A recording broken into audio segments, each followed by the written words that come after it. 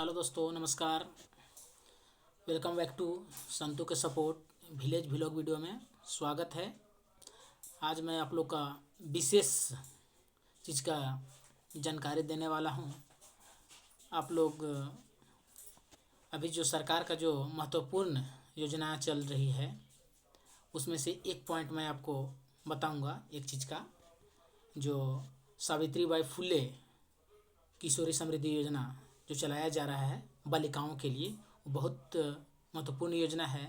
इसके माध्यम से जो भी लड़कियां पढ़ाई लिखाई से वंचित हैं, अच्छा से पढ़ाई लिखाई नहीं कर पा रहे हैं, उसके लिए ये बहुत बड़ा योगदान रहेगा ये योजना।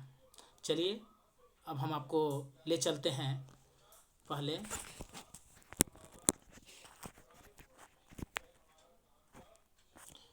ये डॉक्यूमेंट रहा,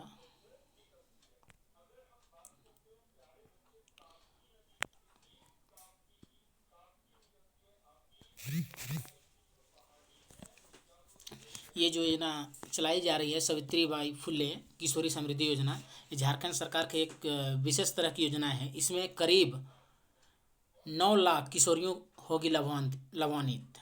सरकार 9 लाख लड़कियों को इसका लाभ देगी। अब झारखंड राज्य की लाखों किशोरियों की उम्मीद को लगेंगे पंख। कहने का मतलब है कि जो भी वैसे लड़कियां जिनके माता पिता असहाय हैं, किसान हैं, मजदूर हैं, सरकार उसके लिए योजना लेकर आई है। देखिए इस योजना में क्या क्या बेनिफिट है, क्या क्या इसके अंतर्गत मिलेगा फ़ायदा। बालिकाओं के लिए शिक्षा पर जोर दिया जा रहा है। बाल विवाह प्रथा का अंत इसमें किया जाएगा। इसके माध्यम से महिला सशक्तिकरण है और किशोरियों की अपने जीवन के संबंध में स्वतंत्र निर्णय लेने हेतु सक्षम बनाना है। ये सरकार का ये योजना है। झारखंड की बेटियों को अच्छी शिक्षा के लिए मिलेगी कुल 40,000 की सहायता। ये झारखंड सरकार की योजना है बेटियों के लिए। और मैं वैसे बहनों से आग्रह करूंगा, अगर पढ़ने लिखने में किसी तरह का आपका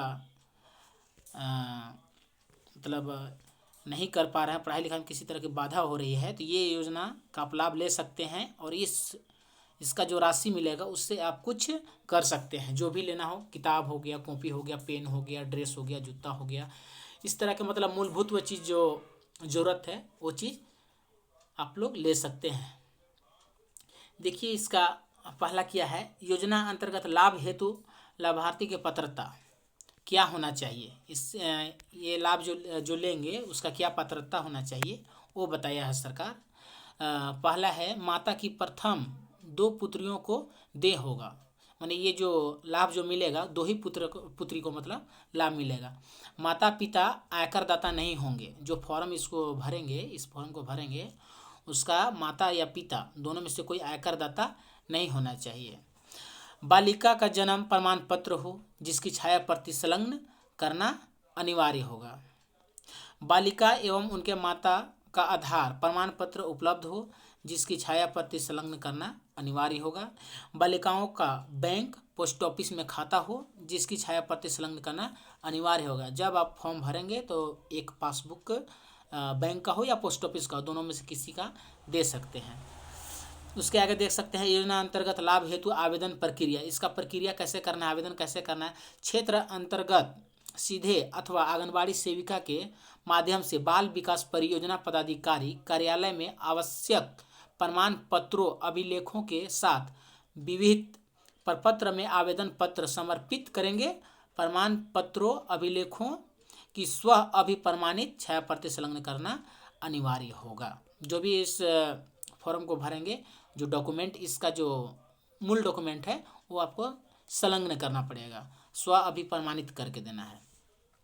प्रारंभ में इस योजना के तहत पूरी प्रक्रिया मैनुअली की जा रही है तथा कालांतर में पूरी प्रक्रिया ऑनलाइन संपन्न कराई जाएगी। अभी जो फॉर्म भरा जाएगा ऑफलाइन होगा, उसके बाद ऑनलाइन किया जाएगा।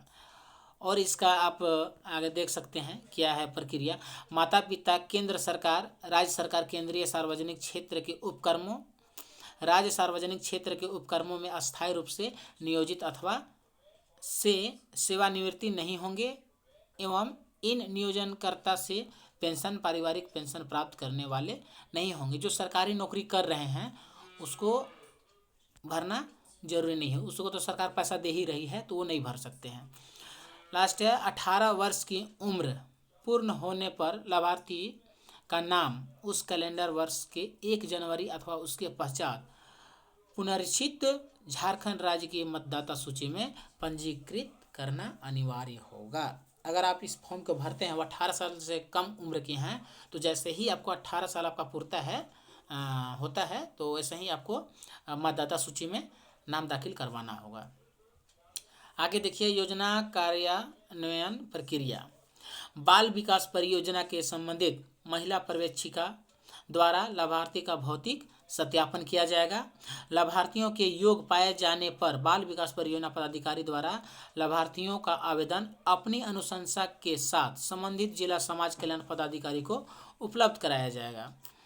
जिला समाज कल्याण पदाधिकारी द्वारा आवेदन पत्रों की समीक्षोपरांत स्वीकृति प्रदान किए जाने पर लाभुक के बैंक खाते में राशि ABPS, NEFT, RTGS, PFMS के माध्यम से भुगतान की जाएगी। ये बैंक का माध्यम है अकाउंट में पैसा डालने का। और आगे आप देख सकते हैं कि यह मिलेगा, क्या मिलेगा इसका लाभ। मतलब देखिए कक्षा 8वीं में जो बच्ची कक्षा 8वीं में पढ़ रही है उसे 2500 पैसा मिलेगा। अगर 9वीं में पढ़ रही है तो उसे भी 2500। कक्षा 10वीं में पढ़ती है तो 5000। कक्षा 11वीं में पढ़ती है तो 5000। कक्षा 12वीं में पढ़ती है तो 5000। और 19 साल, अगर 19 साल 18 से 19 वर्ष के आयु के किशोरी है तो उसको 20,000 तक पैसा मिलेगा। और देखिए आगे क्या है इसका। सरकारी तथा सरकार द्वारा मान्यता प्राप्त और राइट टू एजुकेशन के अंतर्गत प्राइवेट स्कूल में पढ़ने वाले सभी किशोरियों को मिलेगा लाभ। जो प्राइवेट स्कूल में जो बच्चियां पढ़ती हैं, जो बहनें पढ़ रही हैं, उसे भी लाभ ये मिलेगा इस योजना के माध्यम से। योजना के अंतर्गत ड्रॉप आउट किशोरियों को स्कूल कॉलेज से जोड़ने की होगी विशेष पहल। जो पढ़ाई लिखाई से वंचित हैं, दूरी बनाए हैं, दूरी हो गए हैं, उसे जोड़ा जाएगा इस योजना के माध्यम से। योजना अंतर्गत मिलने वाली राशि छात्रवृत्ति के अतिरिक्त होगी। माने छात्रवृत्ति जो बच्चे लोग को तो जो मिलता ही है उससे अलग है, छात्रवृत्ति भी मिलेगा और ये योजना का लाभ भी मिलेगा। अब हम आगे दिखाते हैं आप लोग को कि इस फॉर्म को आप कैसे फिलअप करें। जो भी बच्चियाँ इस फॉर्म को फिलअप करना चाहती हैं वो कैसे फिलअप करें फॉर्म को। अब देख सकते हैं ये डॉक्यूमेंट खुल गया है, डाउनलोड था। ये देखिए यहाँ पर ऊपर में लिखा हुआ है झारखंड सरकार महिला बाल विकास एवं सामाजिक सुरक्षा विभाग सावित्रीबाई फुले किशोरी समृद्धि योजना हेतु आवेदन पत्र। आवेदन कैसे करना है। अगर आप थोड़ा सा भी मिस्टेक करते हैं तो आपका आवेदन रद्द कर दिया जाएगा। इसलिए सभी से अनुरोध करेंगे कि आप लोग सावधानी से अपना फॉर्म फिलअप करें।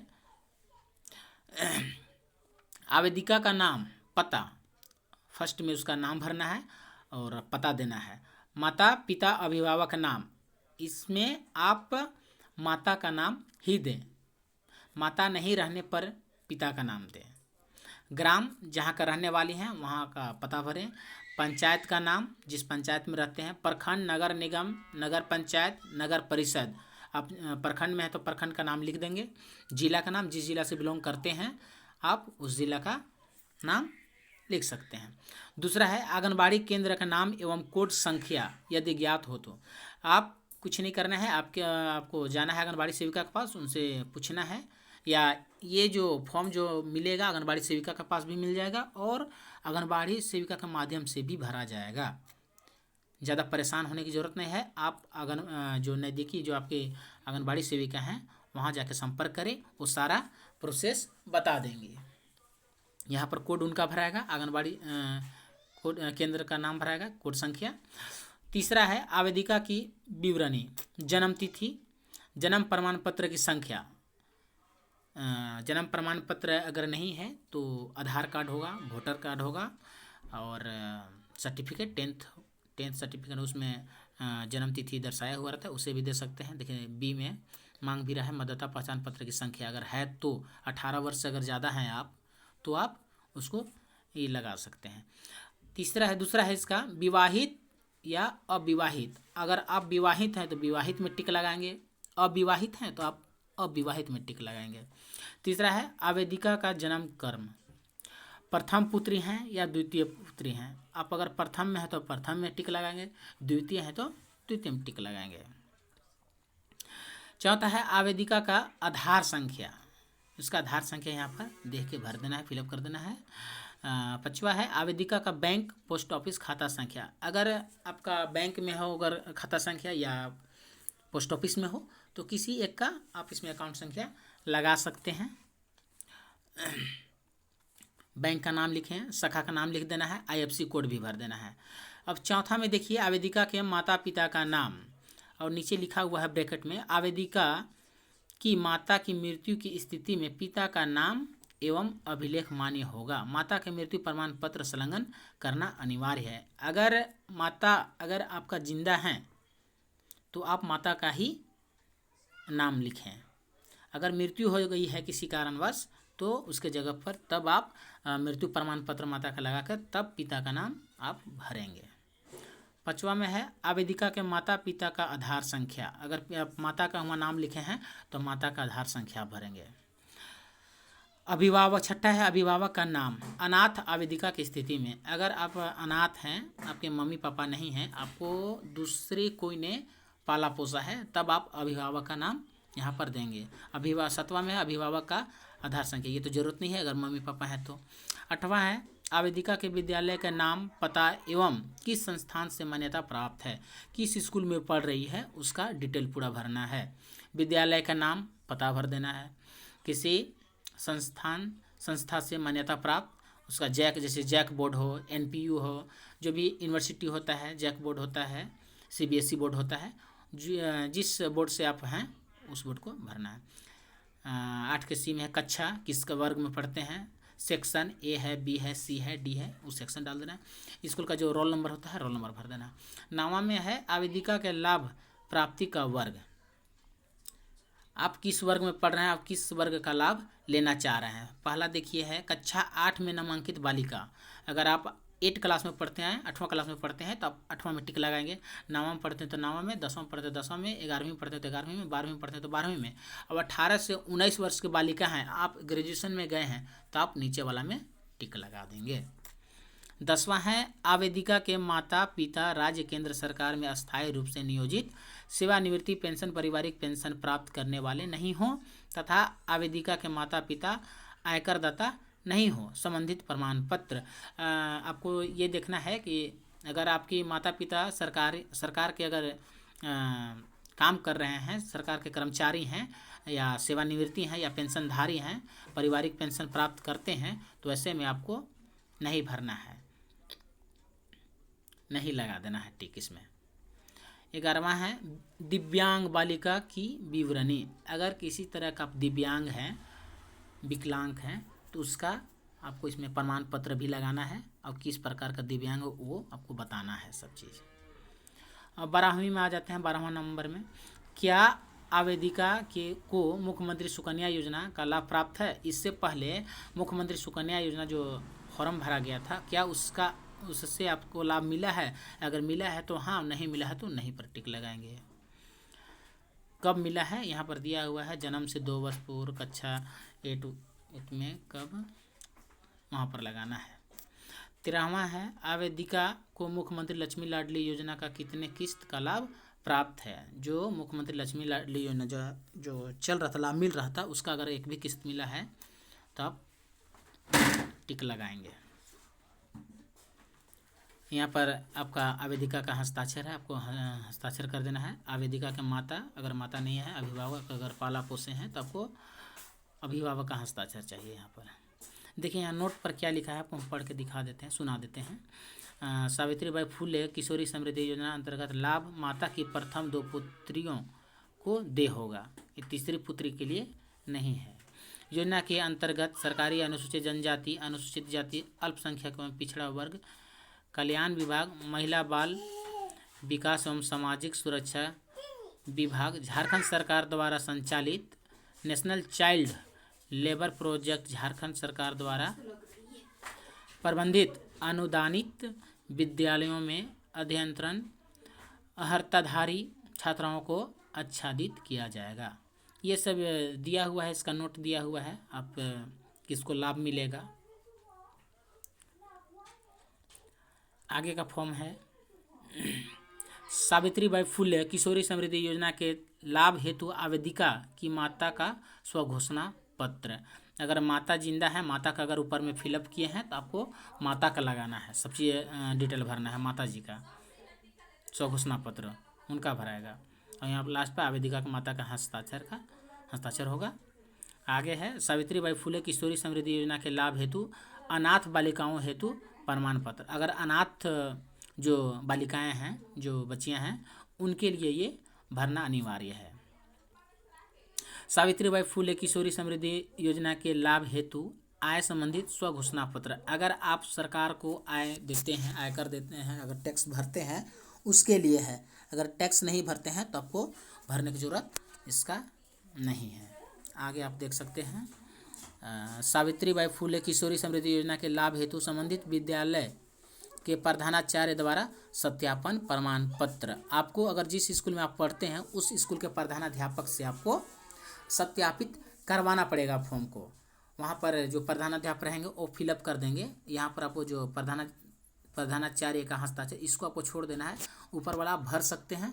और सर वहाँ का जो प्रधानाध्यापक रहेंगे वो पत्रांक और दिनांक दे देंगे और सब अपना वो जितना खाली स्थान है वहाँ पर वो भर देंगे आप, या आप भी भर सकते हैं। बस इतना ही था। आप इसका लाभ लेकर आप अपना पढ़ाई सुचारू रूप से कर सकते हैं। छात्रवृत्ति तो आपको मिलेगा ही मिलेगा, साथ में आपको अगर और किसी तरह की परेशानी है तो सरकार ऐसी योजना लाई है, बहुत महत्वपूर्ण योजना है। इस योजना के माध्यम से वैसे मजदूर के बेटियां, किसान के बेटियां, असहाय की बेटियां पढ़ सकते हैं अच्छा से। किसी तरह का इसमें प्रेशर नहीं होगा, सरकार सहयोग कर दे रही है। इससे लड़कियां आगे कुछ कर सकती हैं। पैसा जो मिलेगा उसको सही उपयोग करेंगे तो कुछ किया जा सकता है और आगे पढ़ाई अपना बरकरार रख सकते हैं। सरकार दे रही है पैसा कुछ करने के लिए, ऐसा बहुत अच्छा योजना है। सरकार को मैं अपने तरफ से बहुत बहुत धन्यवाद देता हूँ। जो वैसे आप किसान की बेटियों के बारे में सोचे, असहाय की बेटियों के बारे में सोचे, मजदूर की बेटियों के बारे में सोचे, इसके लिए मैं धन्यवाद देता हूँ सरकार को। इसके माध्यम से गांव-गांव के बच्चियां, पंचायत क्षेत्र के, ग्रामीण क्षेत्र के बच्चियां अच्छा खासा पढ़ाई अपना कर सकते हैं और अपना घर का नाम रोशन कर सकते हैं, देश का नाम रोशन कर सकते हैं पढ़ लिख कर। धन्यवाद, थैंक यू। और अगर हमारी वीडियो अच्छा लगे तो लाइक, कमेंट और अपने दोस्तों के साथ शेयर जरूर करें और ऐसे वीडियो लाते रहेंगे। धन्यवाद।